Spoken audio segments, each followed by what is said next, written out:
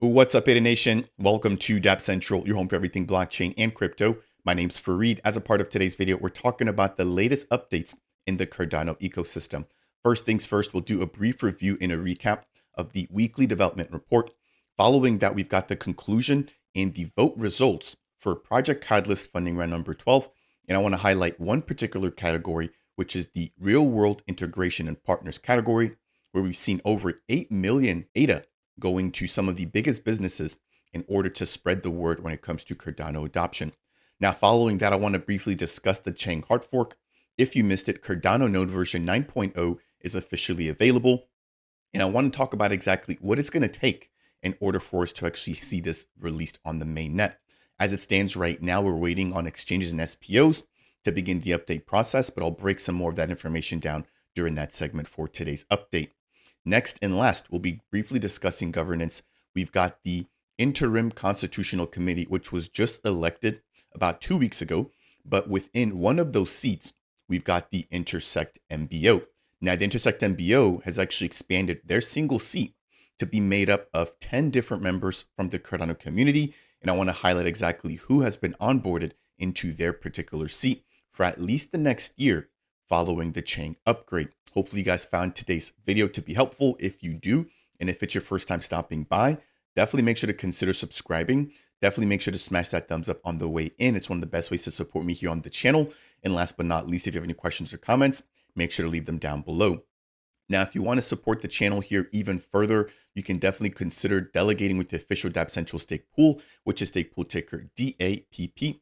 Right now, you'll be earning your traditional ADA rewards, which you can claim at any time, but you'll also be earning 3 additional tokens, given the fact that the Dapp Central Stake Pool is a partner pool for 3 separate ISPOs that are currently ongoing.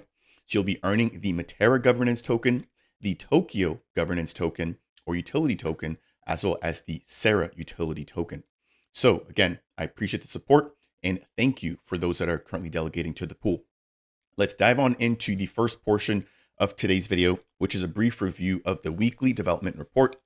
Now, this was released on the week of July 12th, where we saw the version 9.0 of the Cardano node released. Again, I'll be talking a little bit more about that here in just a moment. We've also seen some improvements made to Pluto smart contract blueprints. And then we've also seen a preparation for an upcoming Lace release. Now, I've just sat down with Rudy, who's the manager of community and the manager of product at Lace. So definitely keep an eye out for that interview. But during that interview, we talk about the recent release of Lace version 1.12 and 1.13. If I'm not mistaken, we're now expecting the release of 1.14. But as a part of the prior releases, we've seen the integration of the Banksa Fiat on-ramp. So this simplifies the onboarding process or the on-ramping process of Fiat converting to ADA. And then we also discussed, and this was my discussion with Rudy, the integration and the implementation of support for Midnight directly within the Lace wallet. So as you guys know, or you may not know, IOG and the team at Lace are basically working together, and IOG is also working to develop and deploy Midnight, a privacy-based blockchain. So with that, you can definitely expect that the Lace team is working hand in hand with the Midnight team in order to make sure that everything is integrated and supported directly within Lace for the initial launch of Midnight. So I want to quickly highlight that piece there. Now, jumping back in here, we do have preparations for the Chang hard fork. Again, I'll be talking about that here very briefly. And then we've got funding round number 12 for Project Catalyst, which has officially closed. Now, before we jump into the Catalyst update, I do want to quickly highlight the fact that the past couple of weeks have been extremely busy for myself. I haven't been able to put as much content as I would like to, but one thing that's definitely contributed to a little bit of that madness has been Project Catalyst. And so one thing I would just maybe like to express here is that as a creator, a lot of the work and the majority of the work that I do is for completely free. Now, understanding that there's always a rush of people that want coverage or content to basically get the word out about their proposals during every Catalyst season. And I've noticed that there's a huge uptick on my calendar of people that want coverage for those times. Now, that said, I do my best to provide as much content as quickly as possible to you guys out in the community, and hopefully you guys find some value out of that. But one thing that I do want to make sure that I keep in mind is my personal time, my personal health, and just my mental stability, right? So moving forward, I do want to change a little bit how I conduct interviews, especially when it's around Catalyst season. And I want to implement something that could hopefully not just benefit myself as a creator, but also all of the other Cardano creators that are out there doing the same thing that I'm doing when it comes to Project Catalyst. So I'll be sharing a little bit more of that in updates in the future videos. And then I'm also thinking about putting out a proposal during the next funding round to hopefully make the coverage process and content creation process a lot smoother for myself and other creators here in the Cardano ecosystem. Now that we're on the topic of Catalyst, we have a whopping 258 proposals which have officially been funded for this last round. This brings the total number of supported ideas all the way to 1,800. One thing that I didn't realize personally during this last round of Catalyst interviews is that MinSwap, the biggest DEX when it comes to volume and total value locked, was actually birthed, right, or incubated directly from Project Catalyst. So I've got no doubts that over the course of the next future Catalyst rounds, we're going to continue to see a lot of gems like MinSwap coming out of something like Catalyst. Now, if you want to find out more about Catalyst and the latest voting conclusions or the voting results, I'll leave the link to this page down below. They've really simplified the results here where you can basically just break down or expand any of these sections and you can dive straight into the details. Now, for anybody who just isn't aware of Catalyst, this latest round did have a couple of changes, which I'll quickly touch on here. So right now we've got 3 separate use cases: the concept, MVP, and product for actual builders here in the ecosystem. We've also got the Cardano Open section for developers, followed by the Ecosystem Open, and then a brand new category, which is the Cardano Partners and Real World Integration section. Between the 3 use cases, we've got 22 million or so ADA. And then between the Cardano Open developers and the ecosystem, we've got about 16 million ADA. Now at the very bottom, we've got the Cardano Partners section, where we had 8 million ADA going to some of the biggest businesses, right, to partner and to integrate Cardano. So coming in at number 1 here in terms of projects that were funded, I'm just going to quickly highlight about 4 or 5 of these. We've got Finest Investments. And so this is being launched by Patrick from NMaker. We've got Mateo from Fluid Tokens. And then we've got Tim from IMX. And what they're basically aiming to do is put together a platform to tokenize assets within the European region. Now, within that particular area, they've got what is referred to as BaFin compliance, very similar to the SEC, where we've got to be compliant in order to operate as a business in the United States. And so they're basically asking for funding to get a smart contract that's BaFin compliant and also open sourced in order to get things kicked off when it comes to RWAs. As you can see that they've requested 770,000 ADA and they were able to be funded. Right below that, we've got the tokenization of RWAs with a partnership between the Nairobi Securities Exchange and Empower. I'm extremely happy to see this one here get funded. This was one that I definitely helped to get the word out with. I hosted Greg Schneider here a few times on the channel to break down exactly what this meant. If I'm not mistaken, the Nairobi Securities Exchange had around $3 to $4 billion worth of trading volume in the last year alone. And as you can imagine, that opens a huge opportunity, right, when it comes to exposure for Cardano and RWAs. So I'm expecting, hopefully, to catch up with that team to see how this is actually implemented. Right below that, we've got cutting edge Web3 threat detection for the Cardano network by Checkpoint, which, if you're not aware, I did have them here on the channel as well. And they're one of the biggest, or they are the biggest cybersecurity firm right now in the Web2 space. Now they're slowly shifting into Web3. And as you can imagine, they're not going to be offering their top-notch security monitoring services into the Cardano ecosystem, preventing attacks like we just recently saw with the DDoS attack taking place about 2 to 3 weeks ago. Now, that said, there is a second portion to that particular proposal where they'll basically be marketing Cardano to the masses, as well as their current Web2 clients if they're ever looking to step into Web3 or into the blockchain space.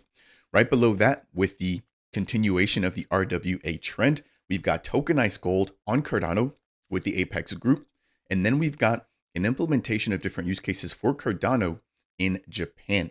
So again, I'll leave the link to this down below, but I want to take a quick minute to congratulate all of the winners and to just basically highlight this brand new category. What's been interesting with this latest round of Project Catalyst is how many new types of projects were funded. So I'm not going to name them by name here, but in prior rounds, we saw a lot of big projects or a lot of existing projects that were already launched on the mainnet getting a lot of funding. This particular round, there was an opportunity for a lot of newcomers and people that have never even submitted a proposal in times past that were actually funded in this round, basically after their very first attempt. So again, I think we're starting to see a lot of the more mature products basically stopping their request for Catalyst funds. And we're now starting to see a brand new opening for new builders who are now able to get access to Project Catalyst. So if you didn't get funded, don't be discouraged. You definitely do have an opportunity in the next funding round. And of course, I'll provide more details as soon as that's announced. That will do it there for updates when it comes to Project Catalyst. As always, if you guys do enjoy updates like these, I would appreciate you if you could smash that thumbs up. Really, one of the easiest ways to support me here on the channel as a content creator. If you want more content like this, consider subscribing to the channel. And last but not least, if you have any questions, leave them down below. Again, if you want to take your support a step further, consider delegating with the official Dapp Central Stake Pool, which is Stake Pool Ticker DAPP. Moving right on over, I want to briefly touch on the Chang hard fork.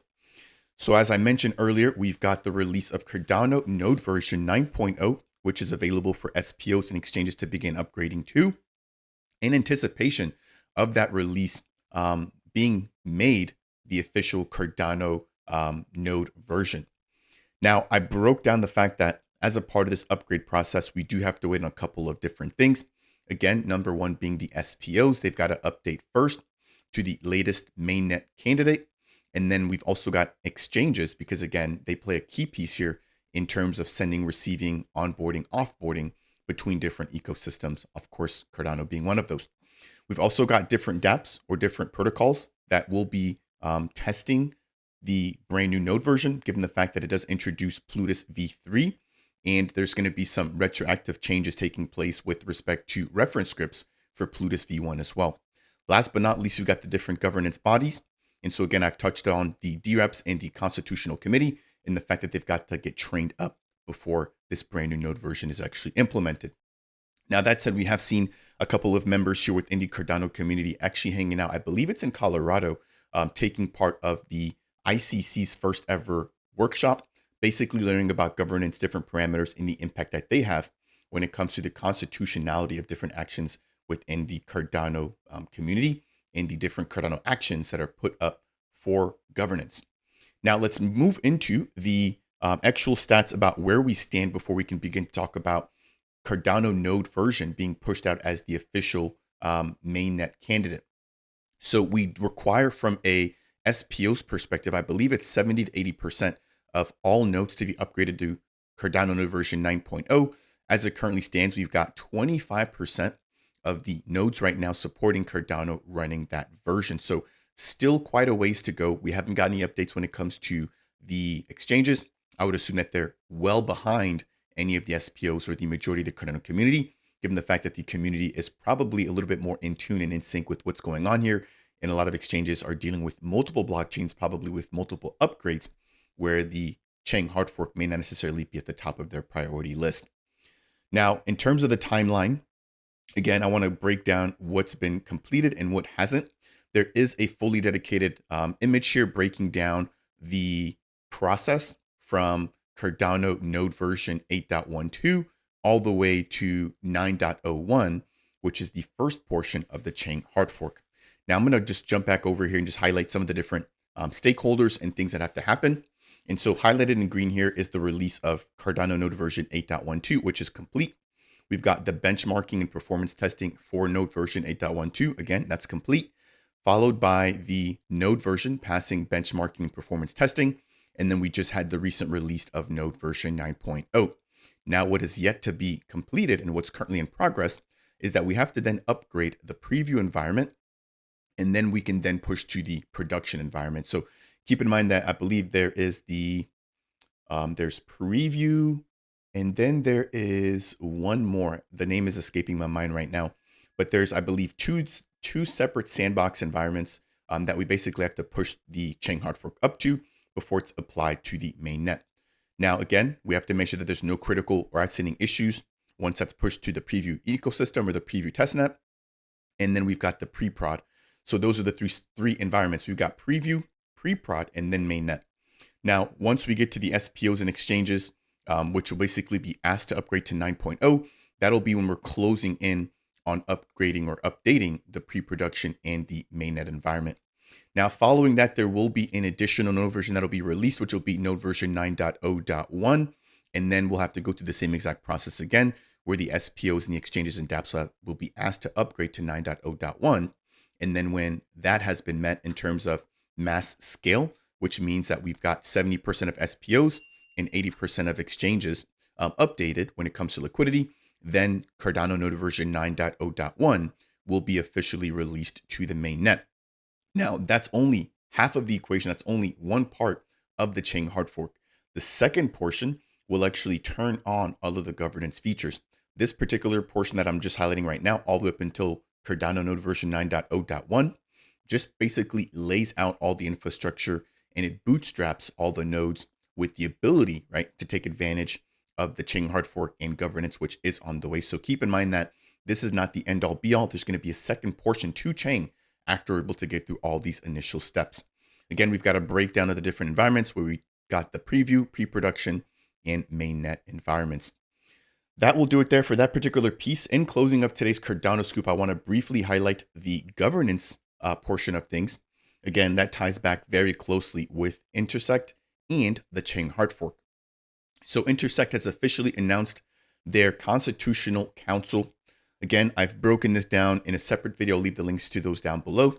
But through governance, we have 7 seats for the governing body of the Constitutional Committee, and their job is just to make sure that the Constitution is being upheld through all the proposed Cardano governance actions once SIP number 1694 and the chain hard fork actually implemented. That said, there's a total of 7 seats. There's going to be 1 seat for IOG, 1 seat for Emergo, 1 seat for the Cardano Foundation, 1 seat for Intersect, and then 3 seats for the Cardano community. We've already seen 3 consortiums selected for the Cardano community.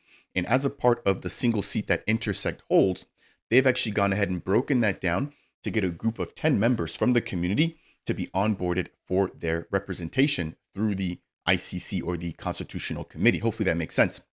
So it states here that these 10 members will sit alongside pioneering entities, which include, again, IOG, the Cardano Foundation, and Emergo, as well as all the community members, for a total of 73 epochs or a 1-year term from the time that the chain hard fork takes effect. Now, we've got 32 applications that were submitted for this particular piece, and we've got 10 separate community members that have officially been selected. So shout out to Maro, shout out to Mercy, Jose, Einstein, Ian, Hosky, Ubio, Nicodemus, Adam, and Juan, who have all been selected. If you guys want to find out more about each of these members, this link is available. I'll leave the link to it down below. In terms of what's next, as we get ready to close out today's video, the Intersect community is in the process of finalizing over 50 global workshops, which will begin in August. So I highlighted the fact that we basically, and when I say we, I'm talking about the Cardano community, had the ability to propose the ability, for lack of better words, to host different Cardano workshops focusing on governance and the upcoming constitution.